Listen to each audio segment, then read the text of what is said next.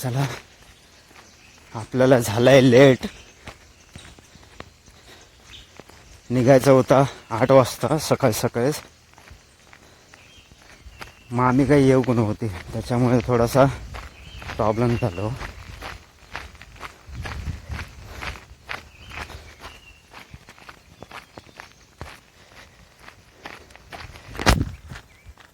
आपल्याला जायचं आहे कणकवलीत. जरा 3-4 कामं आहेत आजच्या दिवसाला. 3-4 कामं बघूया आता त्याच्यापैकी किती होतात आहे. आणि नंतर मंदिरात पण देखील जायचं, पाया वगैरे पडून यायचं. आज हनुमान जन्मोत्सव आहे. आता इथून बस भेटेल की नाही ते पण नाही माहिती, कारण का बस निघून गेली आहे 8:45.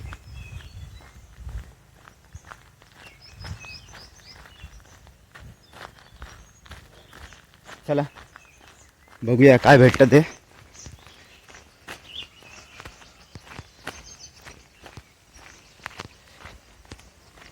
ऊन मरणाचा आपण. आणि जिकडे तिकडे गावात देखील कामं चालू आहेत.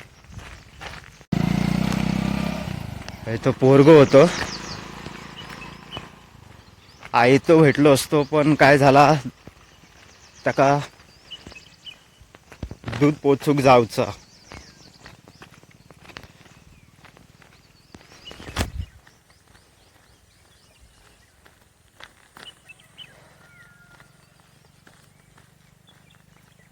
मारण्याचा गरम होता रे बाबा बाबा.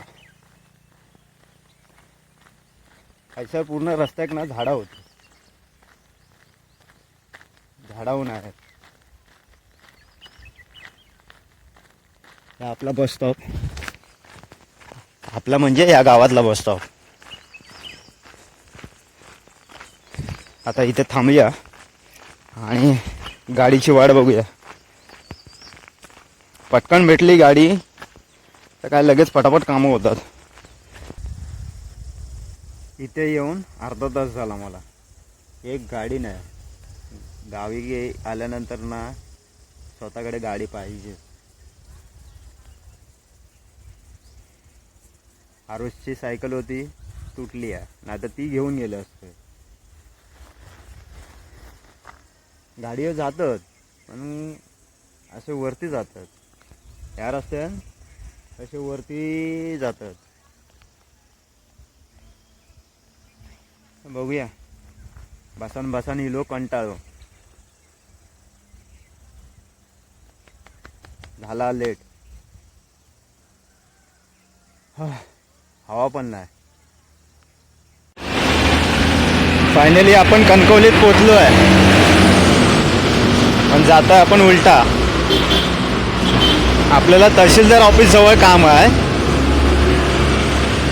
आज ऑफिसला सर्व सुट्टी आहे, पण काही अधिकारी असतात ना ते कामं करत असतात आतमध्ये. ते काम करायचं आहे, नंतर 2-3 कामं अजून आहेत. हा कणकवलीतल्या स्टेशनकडचं पण काम झालेलं आहे.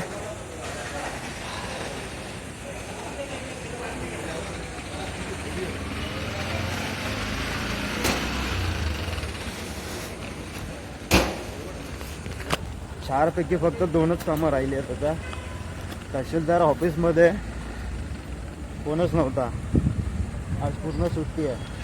आणि कणकवलीचा रेल्वे स्टेशन.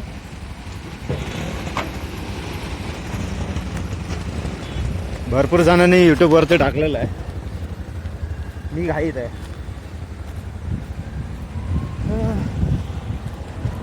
मला वाटलेलं काम होईल करून तहसीलदार ऑफिसमध्ये, पण नाही झालं. आता आपल्याला मार्केटमध्ये जायचं आहे. ती धावपळ आहे आपली आज.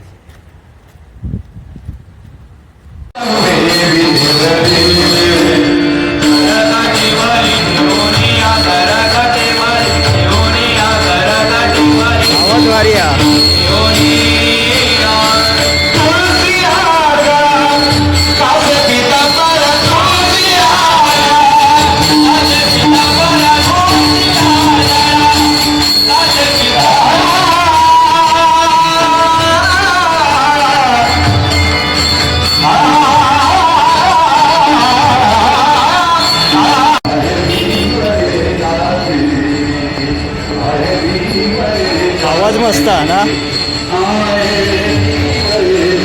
टेम्पोवाल्यांची संघटना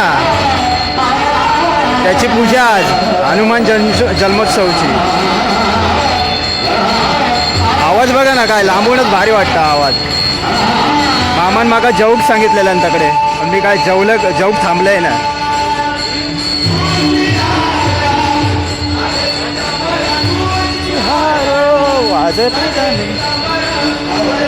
चला आता मार्केटमध्ये जरा जाऊया, काम करूया.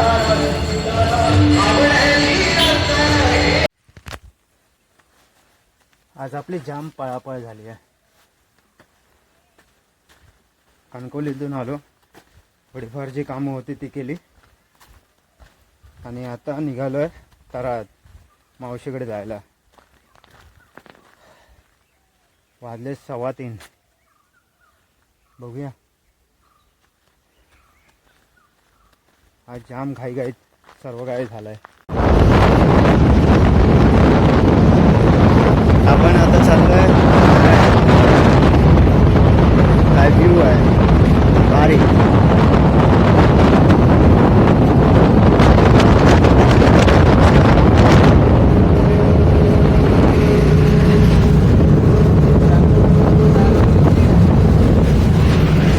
गाडी लेट झाली. चला दर्यातच भेटू.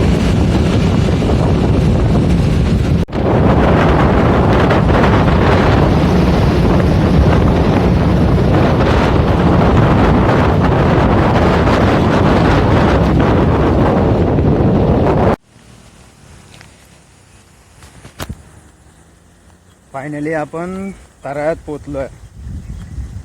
तरायातून वजरमात जायचं आहे आणि माझ्याकडे फक्त बॅटरी 10% आहे मोबाईलमध्ये. मावशीच्या मुलाला फोन करतो, फोनच नाही उचलत. गाडी आहे 7:30ची. बघूया.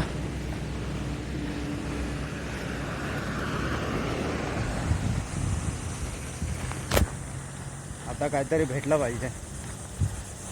आज दिवसभर थकलोय, जाम थकलोय. 5:15 झालेत. सकाळी निघालेलो मी घरातून, वाजले बघा किती.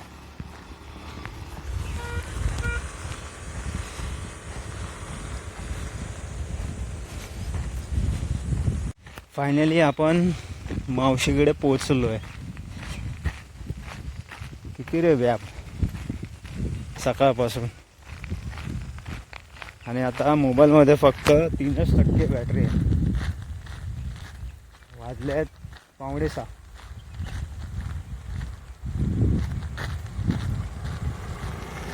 बघूया आता, पोचून गेल्यानंतर तुम्हाला सांगेन.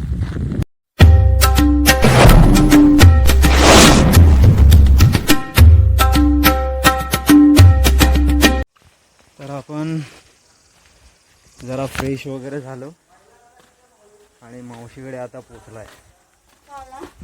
काय नाही, जरा हे करताय.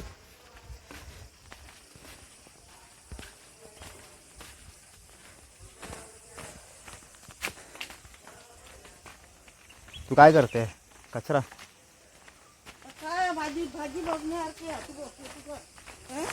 नारळ नाही लागले.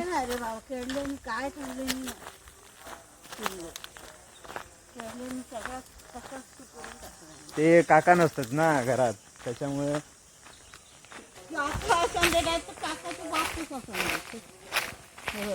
ते काय ठेवतच ना. नारळाची झाड आहेत लावलेली.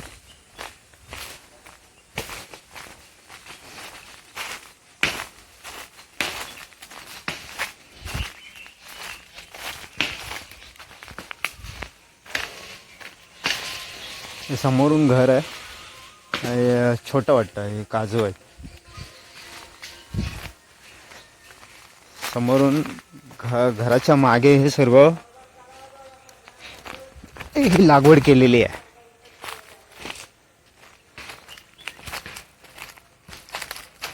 आणि आता सध्या कसं मावशीचं कानाचं जरा ऑपरेशन एकदा झालेलं, आता हे दुसरी का तिसरी वेळ आहे, त्याच्यामुळे बोललो भेटायला येऊया.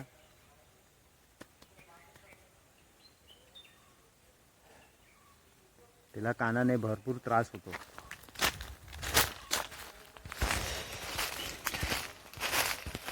आणि आज हनुमान जन्मोत्सव आहे, त्याच्या कारणाने इथे मंदिर पण आहे, त्या कार्यक्रम असतो, तर रात्री तिकडे जेवायला जाईन.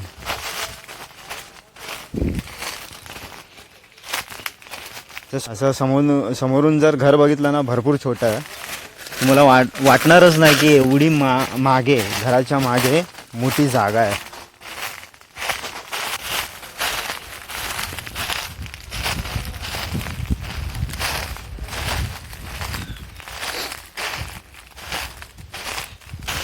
इथे आलो तर जास्तीत जास्त मी,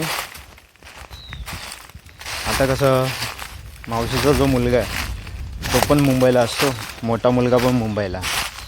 झालं असं टॅगबंद ब्रिज न बांधता कराड्यामध्ये कॉलमवाला जर ब्रिज टाकला असता ना, तर कदाचित मला असं वाटतं इकडची जी माणसं आहेत, गावातलीच माणसं, भाजीपाला असतील, हे काजू असतील, हे छोटे मोठे जी उत्पादन घेणारे शेतकरी आहेत ना, त्यांनी स्वतःहून जाऊन विकलं असतं तराळ्यामध्ये. तेही करता येत नाही आहे. हॉटेल्स होती, सर्व गोवा एक्सप्रेस हायवे बनला, पण तो जो ब्रिज बनवला ना, तो कॉलमवाला बनवला ना, म्हणजे बीमवाला. त्याच्यामुळे ह्या सर्व गोष्टी घडल्या. भरपूर वर्ष तरी पण मावशीचा जो बारका मुलगा आहे बंटी, तो गावीच राहत होता. त्याने भरपूर प्रयत्न केला की गावी राहूनच करायचं काहीतरी. कणकवलीमध्ये कसा ब्रिज बांधलेला आहे ओपनमध्ये, म्हणजे इकडचे आणि तिकडची देवाणघेवाण होते, तसा जर टाकला असताना तर मस्त झालं असतं तराळ्यात. आपल्याला पण गावीच राहायचं आहे, पण ते कसं काय देवाला ठाऊक. मस्त वाटतंय, अजिबात ऊन नाही इकडे, सावलीच सावली. तोपर्यंत बोंडू तरी खाऊया. काजी बघा,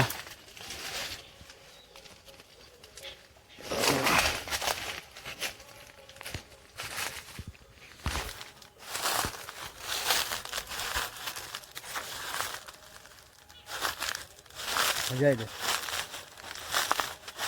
बागेची पहिली निगा राखली जात होती.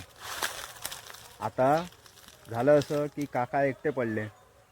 मावशीचं आता येणाऱ्या हप्त्यामध्ये ऑपरेशन आहे कानाचं, आणि ती पण ऑपरेशन लास्ट टाईम पण झालेलं आणि सक्सेसफुल होतं. झालं असं की ती मोठ्याने बोलते, कोणी आलं काय आलं. आणि कसं असतं, गावच्या माणसांना कसं हेवी काम करायची सवय असते, म्हणजे झापे घेणं, पुन्हा लाकडं घेणं डोक्यावरती. त्याच्यामुळे तिला ताण पडला आणि ते ऑपरेशन जे सक्सेसफुल झालेलं ते फेल गेलं. तर आता पुन्हा ऑपरेशन आहे. असो, ते व्यवस्थित होऊन दे, सक्सेसफुल.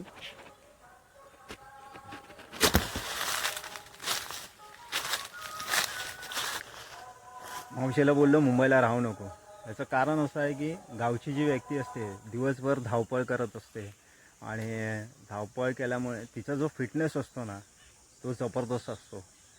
आता ती काही दिवस मुंबईला राहिली ना, तर अशी फुगल्यासारखी झाली, म्हणजे असं फॅट आल्यासारखं, एकदम ताटपणा तिच्यामध्ये जाणवत नाही. म्हणून बोललो की तू ऑपरेशन कर आणि गावीच आहे, त्या दोघांना राहून दे मुंबईला.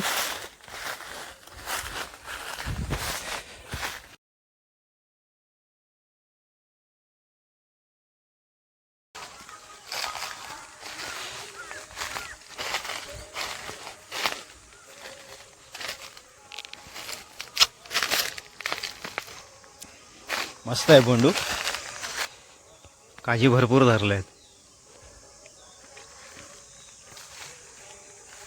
वरपर्यंत धरले आहेत.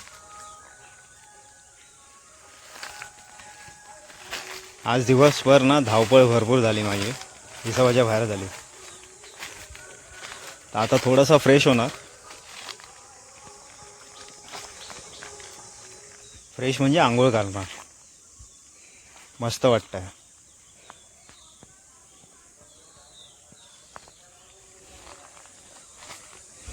भाजीपाला असायचा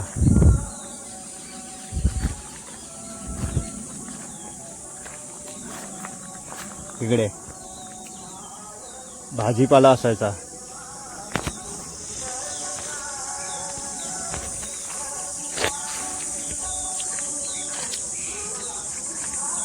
आता भाजीपाला नाही आहे.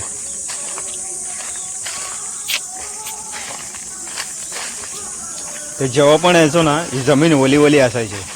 आता घरात कोणच नाही राहत, हे असंच पडून राहील जर कोण राहिले नाही तर.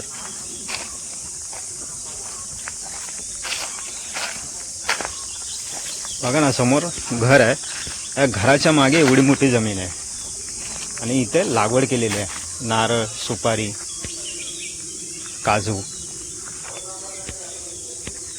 इथं झोपलेलो, भरपूर वेळा वाचलोय मी, आणि वरून नारळ पडला.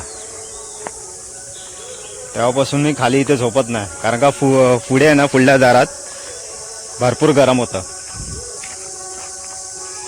आता आजचे दिवस इथे राहायचं आपल्याला. मला घर दाखवतो, घर म्हणजे बाहेरूनच दाखवतो. एवढी मोठी जागा ही घराच्या मागे आहे, याची कोण कल्पना देखील करू शकत नाही.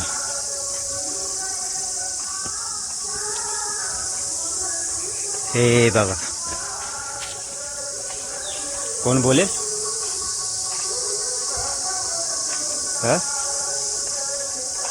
हा रस्ता आहे,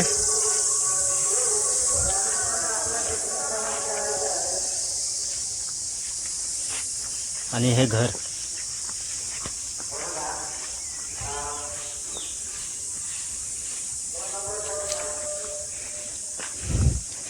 समोरून घराच्या मागे एवढी मोठी जमीन असेल,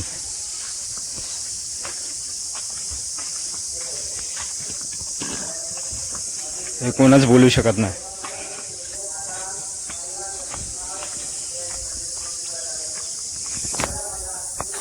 चला, आलोय तर पूर्ण जरा आंघोळ करतो, फ्रेश होतो. चला.